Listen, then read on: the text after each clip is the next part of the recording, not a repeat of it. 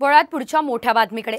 महाविकास आघाडीला मतदान करण्यासाठी मुस्लिमांनी फतवे काढले आणि त्यामुळे हिंदूंनी देखील भाजपाला मतदान करण्यासाठी फतवा काढावा हे विधान राज ठाकरे यांनी पुण्यातील सभेत केलं होतं।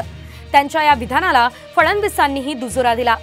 पुण्यात मशिदींमध्ये महाविकास आघाडीला मतदान करण्यासाठी फतवे काढले जातात असं फडणवीस म्हणाले।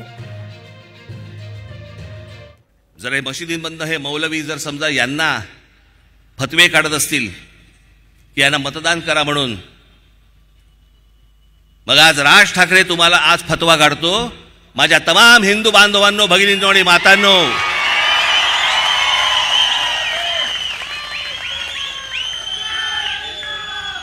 मुरलीधर मोहोळ असतील, भारतीय जनता पक्षाचे काही अजून इतर कुठचे शिंदेचे, अजित पवारांचे जे उमेदवार असतील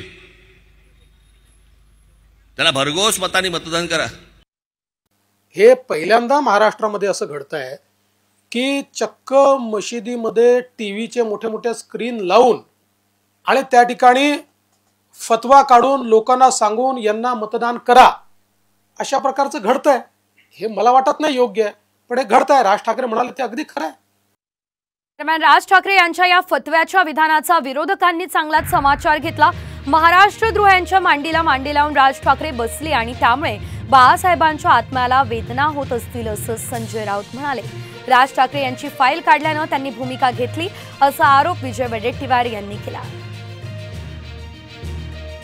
राज ठाकरे यांच्यासारखे नेते महाराष्ट्र द्रोही नरेंद्र मोदी आणि अमित शहा यांच्या मांडीला मांडी लावून बसत असतील तर प्रबोधनकार ठाकरे आणि बाळासाहेब ठाकरे माननीय हिंदू हृदय सम्राट बरं का ह्यांच्या आत्म्याला किती यातना होत असतील याची कल्पनाच न केलेली बरी।